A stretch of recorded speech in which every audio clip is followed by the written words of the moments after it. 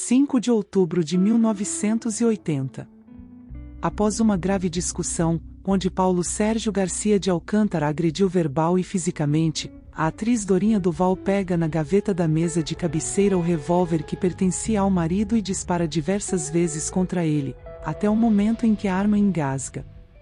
Começava ali um dos momentos mais difíceis da vida da consagrada atriz em um caso que ficou emblemático nas páginas policiais da crônica carioca da década de 80. Devemos retornar no tempo e passar de certa forma a limpo um pouco da vida de Dorinha. Nascida no bairro do Bexiga em São Paulo, Dora Teixeira, seu nome de batismo, se tornou artista por acaso.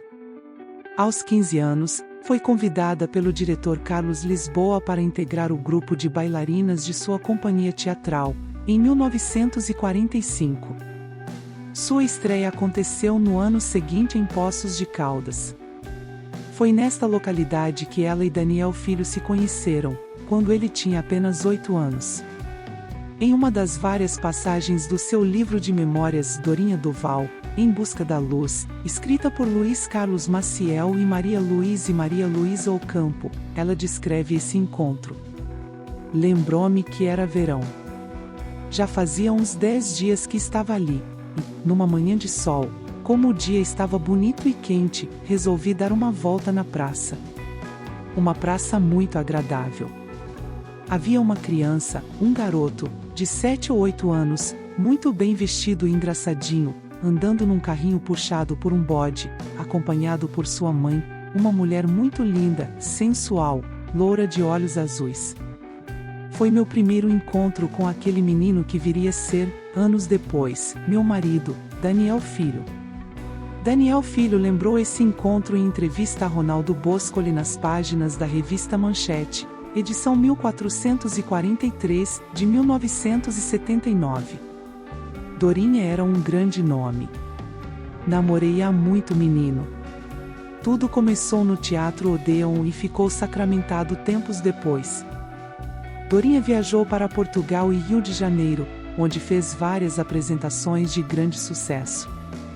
Retornou para São Paulo, onde chegou a atuar na Companhia Cinematográfica Vera Cruz, em 1952, no filme Veneno, dirigido por Gianni Pons, ao lado de Anselmo Duarte, As Aventuras de Pedro Malas Artes, com Mazzaropi, em 1960, e O Homem que Roubou a Copa do Mundo, de 1961, com Ronald Golias e Grande Otelo, dirigido por Vitor Lima. Seu reencontro com Daniel Filho aconteceu somente em 1953, quando ele, então com 16 anos, e ela, com 24, após assistir a uma apresentação na peça Satã Dirige o Espetáculo, no Teatro de Alumínio, a convidou para integrar a equipe de seus pais. Na década de 50, comecei a minha carreira na televisão em São Paulo. Depois, quando voltei ao Rio, fiz uma peça na boate do Hotel Serrador, mas continuei muito amiga dos pais do Daniel. Daniel e eu só voltamos a nos encontrar nos anos 60, quando ele filmava Os Cafajestes. Foi numa viagem a Las Vegas que Dorinha e Daniel se casaram, em 1971. Desse relacionamento, nasceu a única filha do casal, a atriz e cantora Carla Daniel. Daniel Filho falou assim sobre seu casamento com a atriz na mesma manchete: vivi 11 anos com Dorinha. Uma excelente e possessiva pessoa. A separação e o romance com Paulo. Em Selva de Pedra, novela de Janete Clair, exibida pela TV Globo entre 1972 e 1973, Dorinha Duval interpretava a diva, irmã do protagonista Cristiano Vilhena, vivido por Francisco Cuoco. Na trama, ela é seduzida pelo mau caráter Miro, Carlos Vereza, que a envolve numa relação tóxica, a ponto de sofrer várias humilhações para não perder o que ela acreditava ser o amor de sua vida. A vida de Dorinha após o fim do seu casamento de 11 anos com Daniel Filho foi de constantes altos e baixos. O tabloide Luta Democrática publicou que a atriz havia dado entrada na Casa de Saúde São Miguel após ingerir diversos comprimidos de moderador de apetite. Foi a empregada da casa que ligou para o amigo e diretor Fábio Sabag, que a levou às pressas para o hospital. Segundo o relato da empregada Alzira Faria dos Santos, foi por volta das 13 horas que Dorinha, após se desentender com Daniel, trancou-se em seu quarto. Passados alguns minutos, ela ouviu um barulho e correu até a porta do quarto do casal, encontrando Dorinha caída no chão contorcendo-se. Dorinha descreveu assim este episódio: minhas perdas sempre foram muito sérias. Talvez por causa disso eu tenha tentado suicídio quando Daniel filho me abandonou e foi embora. Fiquei desesperada, estávamos casados há 11 anos. Aquilo foi um baque, eu não esperava. Tomei não sei quantos comprimidos e apaguei. O Sabag veio correndo e me levou para um hospital em Botafogo. Fiz uma lavagem estomacal. Foi nesse momento que Dorinha começou a beber e fumar, na intenção de tentar esquecer o sofrimento em que estava passando. Foi assim que ela viria a conhecer o jovem Paulo Sérgio Alcântara. Paulo era um jovem corretor quando conheceu Dorinha que, em 1976, estava trabalhando também como corretora de imóveis, sem abandonar sua carreira de atriz. Aliás, foi Dorinha quem ajudou Paulo a trabalhar com publicidade, mesmo sem possuir qualquer experiência. Ela, que era amiga pessoal de Carlos Manga, conseguiu para ele um emprego na produtora do diretor, no bairro da Lagoa. Em 1977, se casaram. Ele, que tinha um filho do seu relacionamento anterior, foi viver com a atriz e sua filha Carla no Jardim Botânico. No entanto, durante os 3 anos em que viveram juntos, Dorinha e Paulo viveram uma relação tempestuosa. O temperamento forte de Dorinha trazia grandes inseguranças a ela. Segundo depoimentos que a edição 1488 da revista Manchete, outubro de 1980, teve acesso, foi relatado que as brigas entre eles eram constantes e, às vezes, violentas. O vício de Paulo no jogo foi um dos pontos altos da crise entre o casal. Dorinha era traumatizada por jogo. Seu pai havia sido um jogador inveterado e ela, sua irmã e sua mãe sofreram muito por causa disso, chegando a passar dificuldades financeiras e até fome. Ela confidenciou para amigos que havia feito tudo para que Paulo Sérgio deixasse de jogar, mas foi inútil.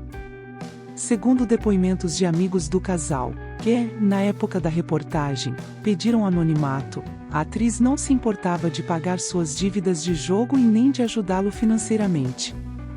Além do vício no jogo, as crises de ciúmes de Dorinha pioraram depois que ele começou a trabalhar na produtora de manga. Rodeado de mulheres bonitas, começou a ser paparicado por elas, o que fazia Dorinha imaginar que ele estava nos braços dessas modelos. Isso resultou em brigas cada vez mais constantes e violentas. O crime. Se eu pudesse voltar no tempo e nunca ter de repetir aqueles disparos, nunca ter que acreditar que eu seria capaz de tirar a vida de alguém, ainda mais de um amor, por quem eu tinha uma paixão tão profunda. Dorinha relata o fatídico momento em detalhes mínimos, como ela mesma disse no capítulo 28 de seu livro, intitulado Paulo. São palavras dela: houve gente que achou que eu ia aproveitar este livro para falar mal do Paulo. Isso nunca sequer me passou pela cabeça. Por que eu faria isso? Para quê? O Paulo jogava, meu pai também jogava. O Paulo não era muito chegado a trabalho. A minha intenção, aqui, é compreender mais profundamente o fato terrível que resultou na morte dele.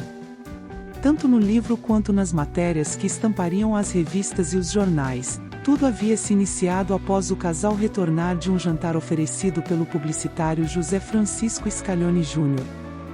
Neste ponto, existem algumas divergências sobre o que se passou durante esse encontro. Na edição do Jornal do Brasil de 6 de outubro de 1980, José afirma que Dorinha não bebeu, enquanto Paulo tomou 3 doses de uísque. Já na revista Manchete, segundo depoimentos colhidos por pessoas próximas e que está relatado no livro, após chegarem em casa, Dorinha disse que estava com vontade de fazer amor. Como Paulo Sérgio foi logo tomar banho, ela acreditou que ele iria fazer amor com ela. Se banhou, se perfumou e, em seguida, se deitou ao lado do marido. Paulo a rejeitou, Dorinha insistiu abraçando-o e o beijando, e novamente foi rejeitada por ele que disse: "Deixa disso, Dorinha, vamos dormir, a gente tem de levantar muito cedo." Foi nesse momento que ela explodiu. O acusou de não a procurá-la na cama, de não a amar mais por ter outras mulheres mais novas e bonitas que ela. Foi aí que Paulo Sérgio rebateu dizendo que tinha outras mulheres. Nas palavras dele: "Você está velha, feia, gorda. Você já era. Porque eu não quero nada com uma velha como você. Vê se olha no espelho.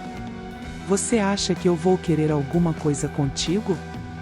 Dorinha, num momento de desespero, tentando contornar a situação, insistiu: "Eu vou fazer plástica no seio para voltar a ficar bonita." "Não fale assim." Ele então respondeu sarcasticamente: "Plástica? Não vai adiantar porra nenhuma. Não quero uma bruxa remendada. Eu gosto de garotas, mulheres mais novas, ouviu?" Deu-se início a uma série de agressões físicas. Primeiro foi ela quem desferiu um soco, no qual ele se defendeu. Paulo revidou dando um pontapé em Dorinha, que, caída no chão, começou a ser agredida violentamente. "O Paulo me deu vários tapas e pontapés, eu ameacei me matar e ele disse que seria uma ótima ideia e que a arma estava na gaveta. Após ser atingida por um tapa na região da cabeça, fugi dele, peguei a arma e disparei. Daí tudo ficou escuro na minha frente. Só me lembro de ver o Paulo caído, ensanguentado." Alucinada, ela ligou para vários amigos, que ajudaram a levar o corpo de Paulo até o Hospital Miguel Couto, enrolado num lençol. A arma do crime, um revólver Taurus, calibre 32, foi encontrada no quarto do casal. Os tiros atingiram o baço, o abdômen e o tórax dele. Segundo José Francisco, a arma havia sido comprada dias antes, em virtude de um assalto que Paulo havia sofrido na porta de sua casa. Dias após o ocorrido, o detetive Arruda, da 15ª DP, disse ao Jornal do Brasil de 7 de outubro de 1980 que obteve uma informação que Dorinha já havia tentado matar seu esposo 20 dias antes do crime, o que a própria atriz desmentiu em entrevista à revista Ilusão, edição 356, outubro de 1980, no momento em que ela se apresentou à polícia para ser entrevistada acerca do caso crime. "Nós tínhamos bons e maus momentos, como qualquer casal normal. Eu amava e ainda amo o Paulo. Estou sofrendo como ninguém pode imaginar." No entanto, a atriz conseguiu aguardar em liberdade a análise do inquérito e o relatório final do delegado Borges Fortes, do 15º DP, para requerer ou não ao juiz do Tribunal do Júri a sua prisão preventiva. O tribunal então aceitou o pedido do inquérito, mas, para a sorte de Dorinha, ela não precisou ser detida, podendo aguardar o seu julgamento em casa. O primeiro julgamento ocorreu no primeiro Tribunal do Júri do Rio de Janeiro, em 17 de novembro de 1983. Havia se iniciado às 13h30 e adentrou pela madrugada. Ao final, por 5 votos a 2, o Conselho de Sentença entendeu que a ré havia agido em legítima defesa. Ela foi condenada, no entanto, a 1 ano e 6 meses de prisão apenas pelo excesso culposo, ou seja, por se ter excedido nos meios empregados na sua legítima defesa. O resultado foi recebido por aplausos e vivas do público presente e pela parte da assistência. Ela saiu do tribunal acompanhada de amigos, familiares e advogados para sua casa e se comprometendo a comparecer semanalmente, durante 4 anos à vara de execuções criminais, e estava proibida de portar armas nesse período. Contudo, os desembargadores da primeira Câmara Criminal do Tribunal de Justiça anularam esse primeiro julgamento, alegando que houve suspeição dos jurados e deficiência na quesitação, perguntas feitas na sala secreta. Somente em 11 de março de 1989, após a apelação da promotoria, é que Dorinha Duval foi condenada em definitivo a 6 anos de prisão por homicídio sem agravantes. Ela cumpriu pena no Presídio Romeiro Neto, em Niterói, em regime semiaberto, quando o réu pode trabalhar durante o dia e deve retornar ao presídio para passar a noite. 9 meses depois, conseguiu permanecer no regime aberto. Dorinha descobriu em si uma nova vocação. Além de atriz consagrada no teatro, no cinema e na TV, se tornou artista plástica de renome internacional. Aos 91 anos, a atriz mora no Rio de Janeiro com a filha Carla Daniel e não dá mais entrevistas. Espero que tenham gostado. A história de Dorinha Duval é um crime, onde o ódio tomou a frente, e na covardia do espancamento de alguém mais vulnerável, veio a legítima defesa. Uma pena, uma vida perdida é sempre lamentável. Se gostou, deixe um like e faça a inscrição no canal. Obrigada.